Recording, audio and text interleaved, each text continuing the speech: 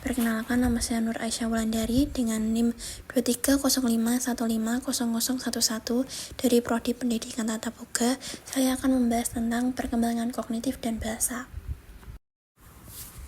Pengertian psikologi pendidikan. Psikologi pendidikan merupakan bidang ilmu yang mengaitkan prinsip psikologi dengan kegiatan pembelajaran. Fokus utamanya adalah memahami proses belajar mengajar serta perkembangan dan interaksi individu.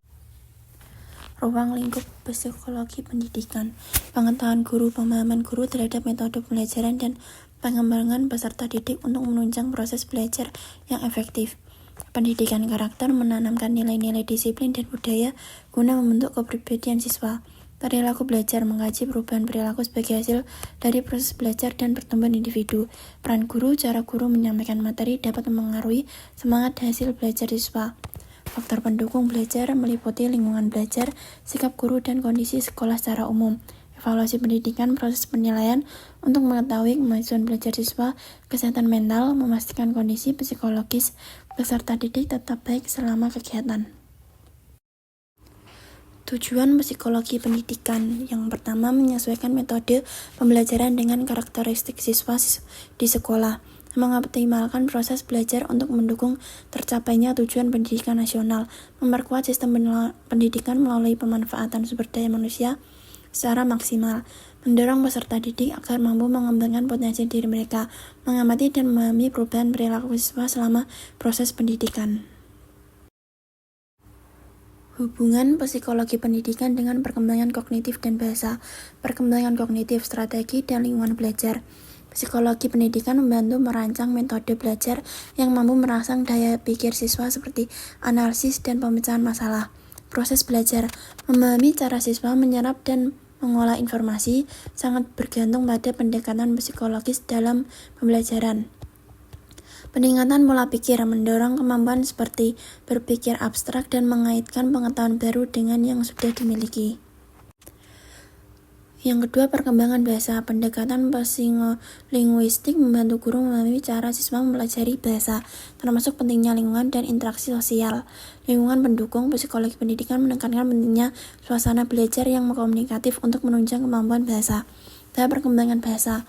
Memahami tahapan perkembangan bahasa anak mempermudah guru menyusun strategi pembelajaran yang tepat.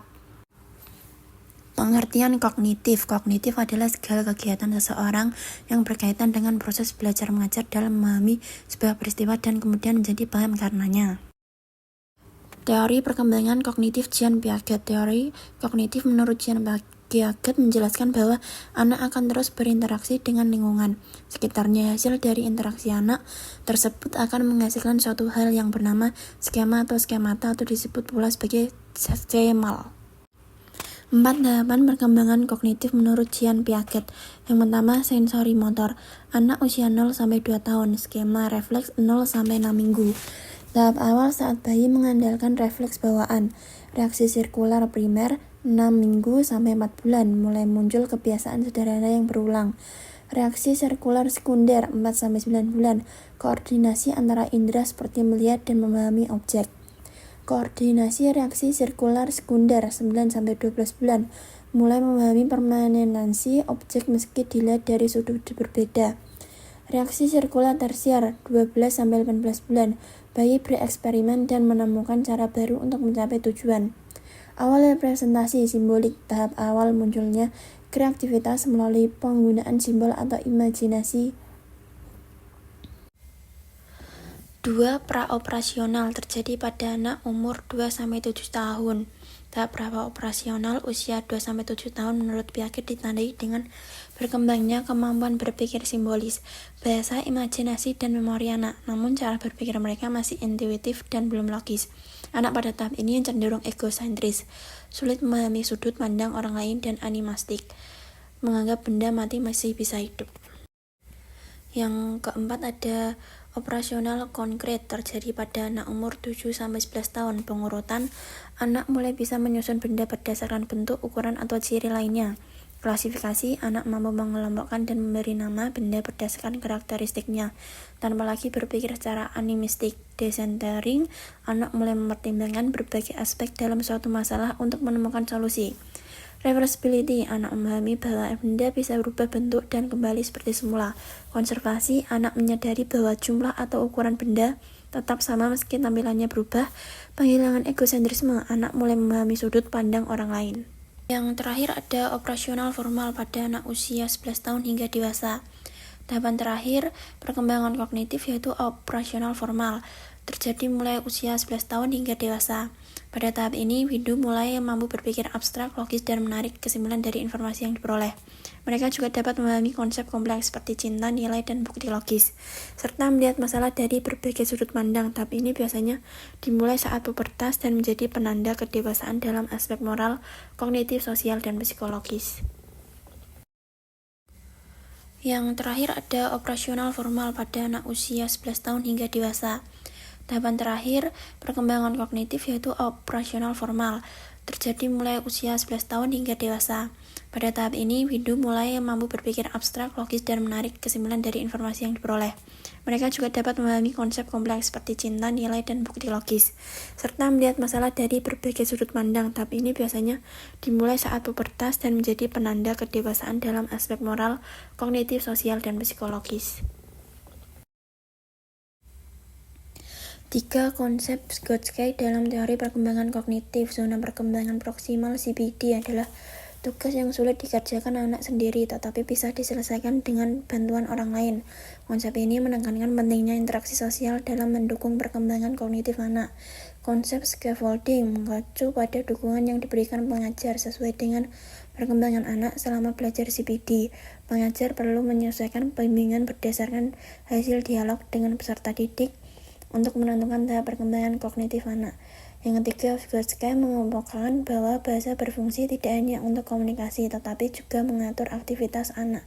Terdapat 2 jenis: private speech, berbicara pada diri sendiri, yang terjadi pada usia 3-5 tahun, dan inner speech.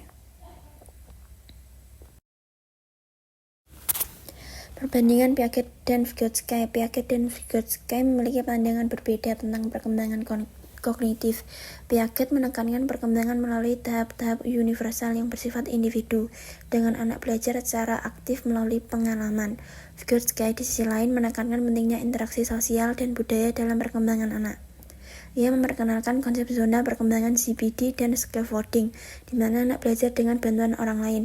Piaget melihat bahasa sebagai ekspresi pemikiran, sementara Vygotsky menganggapnya sebagai alat untuk mengontrol pemikiran. Secara keseluruhan, Piaget fokus pada perkembangan individu, sedangkan Vygotsky lebih pada peran sosial dan budaya. Keterkaitan bahasa dan kognisi. Saling berkembang, bahasa dan kognisi saling mengaruhi dalam proses tumbuh kembang anak. Alat berpikir, bahasa membantu berpikir, memahami, dan mengekspresikan ide. Pengaruh bahasa terhadap pikiran. Struktur bahasa mengaruhi cara seseorang memahami dunia. Hipotesis Sapir-Whorf. Peran lingkungan. Lingkungan yang kaya bahasa mempercepat perkembangan kognitif dan bahasa. Mendukung belajar. Bahasa mempermudah proses belajar dan kemampuan kognitif, mempercepat penggunaan bahasa. Penguatan keterampilan berpikir kritis, kreatif, komunikatif. Berpikir kritis, diskusi kelompok. Siswa membahas topik tertentu untuk melatih analisis dan evaluasi informasi. Analisis teks, membaca teks kompleks, lalu mengajukan pertanyaan mendalam untuk melatih pemahaman. Problem posing, siswa membuat dan memecahkan masalah sendiri untuk mengasah nalar kritis. Berpikir kreatif, bermain peran, siswa memerankan situasi tertentu untuk mengekspresikan ide secara bebas dan imajinatif. Proyek kreatif, siswa membuat karya seperti video atau poster sebagai solusi dari suatu masalah pembelajaran. Komunikatif, presentasi kelompok, siswa menyampaikan hasil kerja secara lisan di depan kelas. Debat, melatih kemampuan menyusun dan menyampaikan argumen secara terstruktur. Metode pembelajaran inovatif untuk meningkatkan keterlibatan dan kondisi siswa. 1. Bermain peran, mengembangkan keterampilan sosial dan kognitif, melatih kreativitas dan pemahaman konsep dalam konteks bercerita. Menggunakan narasi untuk meningkatkan daya ingat dan penguasaan bahasa, membangun keterlibatan emosional siswa nyata. 3. Problem Based Learning (PBL), mendorong kemandirian dan tanggung jawab belajar, mengasah kemampuan berpikir kritis dan kolaboratif. Terima kasih, semoga bermanfaat.